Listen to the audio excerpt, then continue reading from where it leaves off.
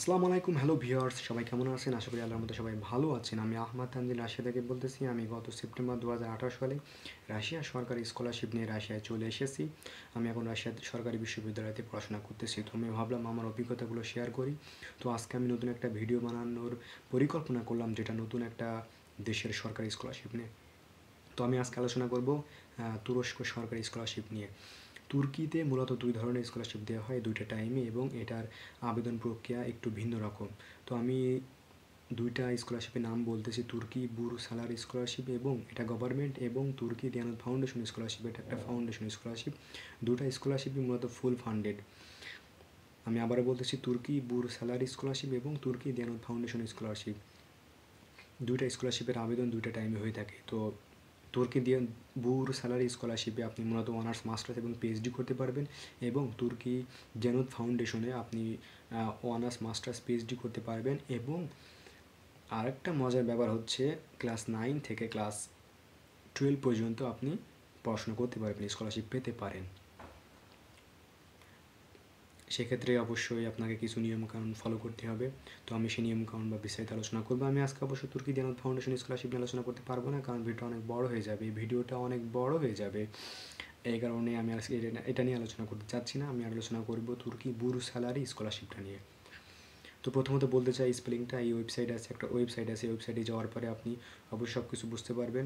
আমি ওয়েবসাইটের লিঙ্কটা বলতেছি, নামটা বলতেছি: turkibursalari.gov.tr। আমি স্পেলিংটা আবারও বলতেছি: turkibursalari.gov.tr। তুর্কি বুর স্যালারিজ .gov.tr। এই লিঙ্কে যাবেন। এই লিঙ্কে যাওয়ার পরে আপনি সমস্ত ডিটেলস দেখতে পারবেন। প্রথমে তো আপনি এই লিঙ্কে যে রেজিস্টার করবেন, রেজিস্টার করার ফলে আপনার ইমেলে একটা ইমেল যাবে। ইমেলে লিঙ্কে ক্লিক করবেন, ক্লিক করার পর আপনি লগ ইন করবেন। অ্যাকাউন্টটা ক্রিয়েট হয়ে গেল। বাম পাশে সমস্ত ডিটেলস দেওয়া আছে। তো সমস্ত হোমের নিচে যা যা ডিটেলস দেওয়া আছে, যেসব অপশন আছে, সেসব অপশনে ক্লিক করবেন। ক্লিক করার পর একটা পেজ আসবে, সেই পেজটা খুব সুন্দর করে পূরণ করবেন। যদি কোনো সমস্যা হয় অবশ্যই আপনারা আমাকে জানাতে পারেন, আমি অবশ্যই আপনাদের হেল্প করব। তো প্রথমত বলতে চাই যে তুর্কি বুর স্যালারি স্কলারশিপে মূলত অনার্স, মাস্টার্স এবং পিএইচডির জন্য দেওয়া হয়। সুতরাং বয়স কেমন হতে হবে এই বিষয়ে আমি এখন বলবো। সেটা হচ্ছে, অনার্সের জন্য যদি আপনি আবেদন করেন তাহলে আপনাকে অবশ্যই 1/1/1998 ভিতরে জন্মগ্রহণ করতে হবে, এবং 1/1/1998 পরে জন্মগ্রহণ করতে হবে। 1/1/1998 জন্মগ্রহণ করলেও হবে, কিন্তু 1/1/1998 আগে জন্মগ্রহণ করলে হবে না। আমি আবারও বলছি, অনার্সের জন্য আবেদন করতে হলে আপনাদের বয়স 1/1/1998 হতে হবে। 1998 পরে জন্মগ্রহণ করতে হবে, কিন্তু 1/1/1998 আগে জন্মগ্রহণ করলে হবে না। এটা হচ্ছে অনার্সের জন্য বয়স। আর মাস্টার্সের জন্য বয়স হলো 1/1/1989। আপনাকে 1/1/1989 পরে জন্মগ্রহণ করতে হবে। 1/1/1989 আগে জন্মগ্রহণ করলে হবে না। তার মানে বোঝা যাচ্ছে, যদি কেউ 1/1/1989 জন্মগ্রহণ করে তাহলে অবশ্যই সে আবেদন করতে পারবে, কিন্তু 1/1/1989 আগে জন্মগ্রহণ করলে সে আবেদন করতে পারবে না। আর পিএইচডির জন্য যেটা হলো যে 1/1/1982, 1/1/1982 জন্মগ্রহণ করতে হবে, বা 1/1/1982 পরে জন্মগ্রহণ করতে হবে। 1/1/1982 আগে জন্মগ্রহণ করলে কিন্তু আপনি অ্যাপ্লিকেশন করতে পারবেন না পিএইচডির জন্য। এটা হচ্ছে মূলত আবেদনের বয়স সীমা। সুতরাং এটা হচ্ছে আবেদনের যেহেতু বয়স সীমা, সুতরাং আপনারা সেভাবে আপনারা আবেদন করবেন। যার যার বয়স আছে বা আছে কি আছে না আছে চেক করবেন, চেক করার পর আবেদন করবেন অনার্স, মাস্টার্স এবং পিএইচডির জন্য। তারপরে আসি, অনেকেই প্রশ্ন করে যে কী কী ডকুমেন্টস লাগবে। সুতরাং আমি ডকুমেন্টসের কথা এখন বলবো। সেটা হচ্ছে পাসপোর্ট লাগে। যাদের পাসপোর্ট নেই তারা অবশ্যই জন্ম নিবন্ধন সার্টিফিকেট দিয়ে অ্যাপ্লিকেশন করবেন। অবশ্যই জন্ম নিবন্ধন সার্টিফিকেট ইংলিশে ট্রান্সলেশন হতে হবে। যাদের ইংলিশে ট্রান্সলেশন আছে অবশ্যই তারা সেটা আপলোড করবেন। আর যদি বাংলায় থাকে তাহলে তো ট্রান্সলেশন করতেই হবে এবং নোটারাইজেশন করতে হবে। এটা হচ্ছে মূলত কথা। যাদের পাসপোর্ট আছে তারা তো পাসপোর্ট আপলোড করবেনই। তারপরে অনার্সের জন্য আবেদন করলে সার্টিফিকেট, মার্কশিট করা লাগবে, ফটোকপি করা লাগবে।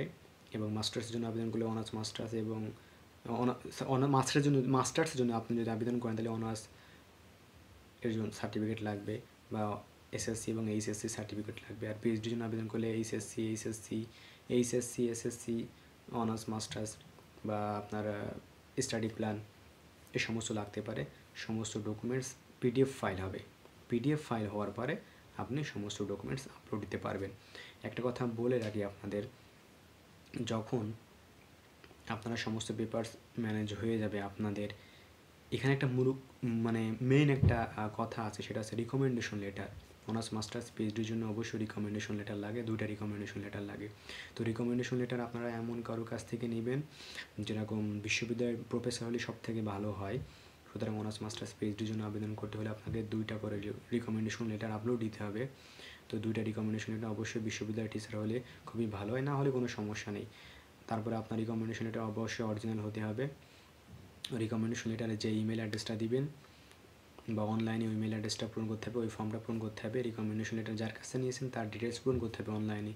সুতরাং আপনার ওই ইমেলে একটা ইমেল অ্যাড্রেসে একটা ইমেল যাবে। ইমেল যাওয়ার পরে ওখানে ওই লিঙ্কে ক্লিক করতে হবে। ক্লিক করলে তারপর আপনার অ্যাপ্লিকেশন কমপ্লিট হবে। অনেক সময় দেখা যায় যে রিকমেন্ডেশন নিয়ে এলেও কিন্তু অনেক সময় মেইল যায় না। তো মেইল না গেলে আপনারা কোনো দুশ্চিন্তার কোনো কারণ নেই। মেইল গেলে ভালো, না গেলে আরও ভালো, চিন্তা নাই। মেইল না গেলে অযথা চিন্তা করার কোনো কারণ নাই, কোনো সমস্যা নেই। যদি রিকমেন্ডেশন লেটার যার কাছ থেকে নিয়েছেন তার মেলে যদি মেইল না যায়, কোনো সমস্যা নেই, এটা কোনো ব্যাপারই না।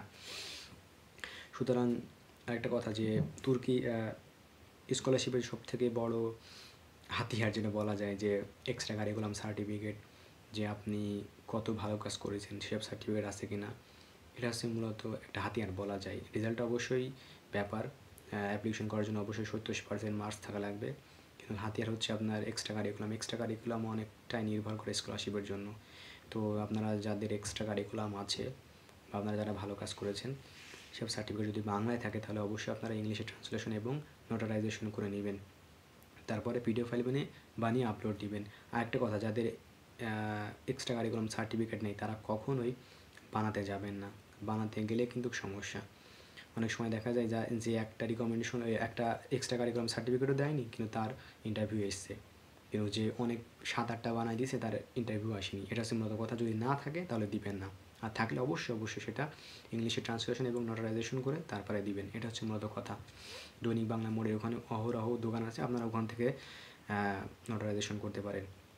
আমি সার্টিফিকেট মার্কশিটের কথা বলেছি। আরেকটা কথা আমি আবারও বলতেছি, যে কী কী ডকুমেন্টস লাগতে পারে অ্যাপ্লিকেশনের জন্য। পাসপোর্ট বা জন্ম নিবন্ধন সার্টিফিকেট, জন্ম নিবন্ধন না থাকলে ন্যাশনাল আইডি দিবেন, পাসপোর্ট, তারপরে আপনার সার্টিফিকেট মার্কশিটগুলো লাগবে, ফটো লাগবে, ব্যাকগ্রাউন্ড সাদা হওয়া লাগবে, তারপর 2টা রিকমেন্ডেশন লেটার লাগবে। এটা হচ্ছে মূলত ইম্পর্টেন্ট ডকুমেন্টস, এগুলো মাস্ট লাগবে। তারপর আপনি যদি হাফেজ হন সেটা তো অনেক ভালো, হাফেজদের জন্য অনেকটা গ্রেট অপরচুনিটি স্কলারশিপগুলো মুসলিম কান্ট্রিতে। তো হাফেজ হলে আপনি অবশ্যই হেফজুর সার্টিফিকেট আপনি অনুবাদ করবেন ইংলিশে, অনুবাদ করার পর তারপর নোটারাইজেশন করে তারপর আপলোড দিবেন। সার্টিফিকেট, মার্কশিট, পাসপোর্ট, জন্ম নিবন্ধন, তারপরে আপনার হচ্ছে এক্সট্রা কারিকুলাম এবং 2টা রিকমেন্ডেশন লেটার, এই সমস্ত পেপারস পিডিএফ ফাইল বানাবেন। পিডিএফ ফাইল বানানোর পর তারপর আপলোড দিবেন। এটা হচ্ছে মূলত ডকুমেন্টস আপলোড দেওয়ার বিষয়। আর স্টাইপেন্ডের ব্যাপারে যদি আমি বলতে চাই, তাহলে স্টাইপেন্ড এটা দারুণ একটা বিষয় স্টাইপেন্ড মূলত। কারণ আমরা যারা বিদেশে পড়াশোনা করতে চাই অনেকেরই স্বপ্ন থাকে যে ফ্রি স্কলারশিপ নিয়ে পড়াশোনা করা, সুতরাং এটা হচ্ছে অবশ্যই ফ্রি স্কলারশিপ। অনার্সের জন্য আপনি 700 লিরা পাবেন। 700 লিরাতে আপনার বাংলাদেশি টাকায় হয় 10,500 টাকা বর্তমান যে রেট। মাস্টার্সের জন্য আপনি পাবেন 950 লিরা, বাংলাদেশি টাকায় সেটা হয় 14,250 টাকা। পিএইচডির জন্য আপনি পাবেন 1400 লিরা, সেখানে হয় 21,000 বাংলাদেশি টাকা। এটা মূলত স্টাইপেন্ড, প্রতি মাসে আপনাকে এই স্টাইপেন্ড দেওয়া হবে, কিন্তু তার সাথে আপনাকে প্রতি বছর পোশাক দেওয়া হবে ফ্রি।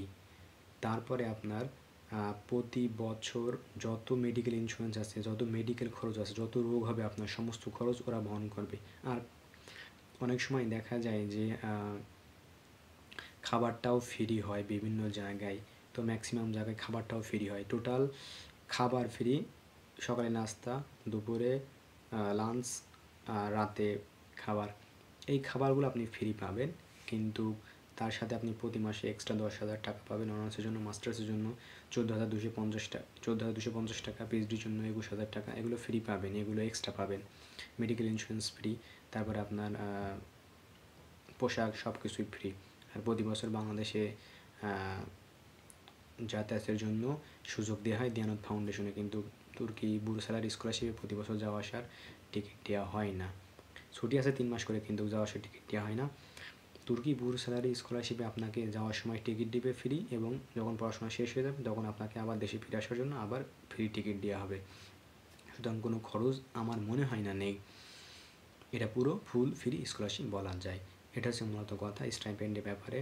অনেক সময় এটা বলা হয় যে কাজ করা যায় কি না, কাজের ব্যাপার নিয়ে আমি আলোচনা করতে পারবো না, বা কাজের ব্যাপারে আমি জানি না, এটা হচ্ছে মূলত কথা। সুতরাং আপনারা সবাই ভালোভাবে অ্যাপ্লিকেশনের জন্য প্রস্তুতি গ্রহণ করুন। আর সার্টিফিকেট মার্কশিট বোর্ড হতে অ্যাটাস্টেড, শিক্ষা মন্ত্রণালয় অ্যাটাস্টেড বা পররাষ্ট্র মন্ত্রণালয় হতে অ্যাটাস্টেড, কোনো কিচ্ছুই লাগবে না। এগুলো কোনো চিন্তা করার কোনো কারণ নেই, এগুলো লাগবেই না। যখন আপনি স্কলারশিপ পেয়ে যাবেন তখন এম্বাসি হতে অ্যাটাস্টেড লাগবে, তখন সেক্ষেত্রে বোর্ড থেকে অ্যাটাস্টেড করা লাগবে, বোর্ড শিক্ষা মন্ত্রণালয় বা পররাষ্ট্র মন্ত্রণালয় হতে অ্যাটাস্টেড করা লাগবে, তাহলে এম্বাসি অ্যাটাস্টেড করবে না। সেটার জন্য আমি পরে অন্য সময় একটা ভিডিও বানাবো। আর স্কলারশিপ মূলত নির্ভর করবে, অ্যাপ্লিকেশন করবেন আপনার রেজাল্টের উপর বা আপনার এক্সট্রা কারিকুলামের উপর নির্ভর করে আপনাকে ইন্টারভিউতে ডাকা হবে, সেটা ভাগ্যের ব্যাপার। ইন্টারভিউ উপর নির্ভর করবে স্কলারশিপটা। মূলত ইন্টারভিউতে সিলেক্টেড হয় একটা চ্যালেঞ্জ, তারপরে ইন্টারভিউ দেওয়ার পর আর একটা চ্যালেঞ্জ, ইন্টারভিউ নেওয়া হবে আপনার বাংলাদেশ তুরস্ক এম্বাসিতে, নেওয়ার পর তারপরে সিলেক্টেড হবে যে আসলে কাকে স্কলারশিপটা দেওয়া যায়। এটা হচ্ছে মতো কথা। আর কতজন স্কলারশিপের জন্য মনোনীত হয় এটা আসলে বলা মুশকিল। তো আমি গত বছর জানতে পেরেছি যে প্রায় ওদের অ্যাম্বাসিদের ওয়েবসাইটে এটা লেখা ছিল যে এই বছর বাংলাদেশি ছাত্রদের প্রায় 100 জনের উপরে ভিসা দেওয়া হয়েছে। তো সে হিসেবে আপনারা ক্যালকুলেশন করতে পারেন কতজন স্কলারশিপ দেওয়া হয়। এটা হচ্ছে মতো কথা। অনেক কেউ বলতে পারবে না শিওর আসলে কতজন স্কলারশিপ দেওয়া হয় তুর্কি বুর স্যালারি স্কলারশিপের জন্য। তো এটা হচ্ছে মূলত কথা। যদি আপনাদের কোনো প্রশ্ন থেকে থাকে অবশ্যই আমাকে বলবেন। আর মূলত কথা অনেকেরই যেটা যে বললাম কাজ করার সুযোগ আছে কিনা, কাজ করার সুযোগ আছে কিনা আচ্ছা আমি এটা বলতে পারবো না। যারা কাজ হয়তো বা যারা করে তাদের কাছে জানতে পারেন। তো এটা হচ্ছে তুর্কি মূলত কথা, এটা বলা যায় যে একটা মূল কথা ভুলে গেছি আমি, সেটা হচ্ছে যে যারা আইএলটিএস স্কোর আছে তারা অ্যাপ্লিকেশন করতে পারবেন কিনা, অবশ্যই পারবেন। যাদের আইএলটিএস স্কোর নেই তারা অ্যাপ্লিকেশন করতে পারবেন কিনা, অবশ্যই পারবেন। কারণ যাদের আইএলটিএস স্কোর আছে বা আপনি যে বিশ্ববিদ্যালয়ে চয়েস দিবেন সেই বিশ্ববিদ্যালয়ে যদি আপনি ইংলিশেও বলতে পারেন, যদি আপনার আইএলটিএস স্কোর 6 পয়েন্ট থাকে, আর যদি 6 পয়েন্ট নেই বা আইএলটিএস স্কোরই নেই তারা কী করবে, তারা অবশ্যই অ্যাপ্লাই করতে পারবেন, তারাও স্কলারশিপ অবশ্যই পাবে। সেক্ষেত্রে তাদেরকে 1 বছর তুর্কি ভাষা শিখতে হবে। এটা হচ্ছে মূলত কথা। যাদের আইএলটিএস স্কোর নেই তারা 1 বছর তুর্কি ভাষা কোর্স করবেন, তারপরে আপনাকে মেন কোর্সে ভর্তি করানো হবে। আর যাদের আইএলটিএস স্কোর আছে তারা তো অবশ্যই মেন কোর্সে সাথে সাথে যে ভর্তি হতে পারবে। এটা হচ্ছে মূলত কথা। বা আপনি যে বিশ্ববিদ্যালয়গুলো চয়েস দিবেন সেই বিশ্ববিদ্যালয়গুলো দেখবেন যে এখানে আসলে শুধু ইংলিশ মিডিয়ামে পড়ানো হয় কিনা বা তুরস্কি ল্যাঙ্গুয়েজে পড়ানো হয় কিনা, এই বিষয়গুলো খেয়াল করে তারপরে বিশ্ববিদ্যালয় চয়েস দিবেন। বিশ্ববিদ্যালয় চয়েস অনেক দিতে পারবেন, 10টার বেশি হয়তো বা বিশ্ববিদ্যালয় চয়েস দিতে পারবেন। অনেক সময় আপনার পছন্দের বিশ্ববিদ্যালয় নাও পেতে পারেন, অন্য বিশ্ববিদ্যালয় পেতে পারেন, এটা কোনো ব্যাপার না। যাই হোক, আমার এই ভিডিওটা অনেকটা পুরোটাই মনে করেন যে নিজেরই স্টাইলে বলা, বা মুখস্থ না বা দেখে দেখেও বলা নাই, কারণ হয়তো বা অনেক সময় কথা বেঁধে যেতে পারে বা অনেক সময় দেখা যায় যে কথা এলোমেলো হয়ে যেতে পারে, স্বাভাবিক। তো তার জন্য আমি দুঃখিত। কষ্ট করে হলেও আপনারা ভিডিওটা যদি দেখেন তাহলে অবশ্যই আপনারা কিছু ইনফরমেশন পাবেন, যেটা আপনাদের পরবর্তীতে স্কলারশিপ পাওয়ার ক্ষেত্রে অনেকটা এগিয়ে থাকবে। যাই হোক, আপনি লাস্টে একটা কথা বলবো যে আমি বলবো না যে আমাকে সাবস্ক্রাইব করুন বা লাইক করুন, কমেন্টস করুন, আমি এগুলো কোনো বিজ্ঞাপন দিব না। আমি একটা কথাই বলবো যে আপনাদের যাদের স্বপ্ন আছে তারা অবশ্যই চেষ্টা করুন, চেষ্টার মাধ্যমে সব কিছু সম্ভব। একটা কথা বারবার আমি বলি যে স্বপ্ন পূরণ করার কোনো ব্যাপারই না, কিন্তু স্বপ্নের রাস্তায় টিকে থাকায় যুদ্ধ। সবাই চেষ্টা করেন, শুধু একটা কান্ট্রির জন্য বসে থাকেন না, সমস্ত কান্ট্রিতে অ্যাপ্লাই করেন। কখন কোন কান্ট্রিতে হয়ে যাবে এটা আপনি নিজেই জানেন না। চেষ্টার উপরে আল্লাহ আপনার হয়তো বা ভাগ্যটা খুলে দিতে পারে। এটা হচ্ছে মূলত কথা। যদি কোনো কথার ভুল হয়ে থাকে আমাকে ক্ষমা করে দিবেন। আর সবথেকে বড় কথা যে অনেক সময় সবসময় তো ভিডিওটা বানানো যাবে না একটা টপিক্সের উপরে। সুতরাং আমার যেই ফেসবুক লিঙ্কটা আছে স্কলারশিপ বাংলা, এটা আমার ফেসবুক পেজ আছে একটা, ওই ফেসবুক পেজে যদি আপনারা একটা লাইক দেন তাহলে হয়তো বা আপডেট নিউজ পেতে পারেন যে কবে সার্কুলার দিল বা কবে কী অবস্থা হবে, ইন্টারভিউ হবে। আমি একটা কথা বলতে ভুলেই গেছি, সেটা হচ্ছে যে সার্কুলারটা হবে তুর্কি বুর স্যালারি স্কলারশিপের সার্কুলারটা হবে 15ই জানুয়ারি 2019 থেকে 20 ফেব্রুয়ারি 2019, এর ভিতরে আবেদন করতে হবে। এখনও সার্কুলারটা আসেনি, আজকে যেহেতু 6 তারিখ, সুতরাং 15ই জানুয়ারি থেকে আবেদন শুরু হবে, 20 জানুয়ারি পর্যন্ত। তো আপনারা সেভাবে প্রস্তুতি গ্রহণ করুন, পেপারস ম্যানেজ করুন, সব ঠিকঠাক করে অ্যাপ্লিকেশন করতে বসে যান। যদি আমার সম্ভব হয় বা আমার সময় হয়, অবশ্যই আমি একটা কীভাবে অ্যাপ্লিকেশন করতে হয় এর উপর একটা ভিডিও বানাবো ইনশাল্লাহ। বাকিটা আল্লাহর ইচ্ছা। তো ভিডিওটা দেখার জন্য, কষ্ট করে দেখার জন্য আপনাদের সবাইকে অনেক অনেক ধন্যবাদ। আর যদি আমার কোনো ভুল থাকে অবশ্যই আপনারা আমাকে বলবেন যে আহমাদ তানজিল আপনার এই সমস্যা বা তোমার এই সমস্যা, এভাবে কথা বলো বা এইভাবে, যাই হোক সেটা আমি সংশোধন করে নিব। লাস্টে বলতে হয়তো বা বললাম একটা ভিডিও অনেকটা বড়, 15 মিনিট বা 16 মিনিট অলরেডি হয়ে গেছে, সুতরাং কথা এলোমেলো হয়ে গেলে আপনারা ক্ষমা দৃষ্টিতে দেখবেন। ভালো থাকবেন, দোয়া রইলো, সবার চেষ্টা করুন, এটা হচ্ছে বড় কথা। আল্লাহ হাফেজ।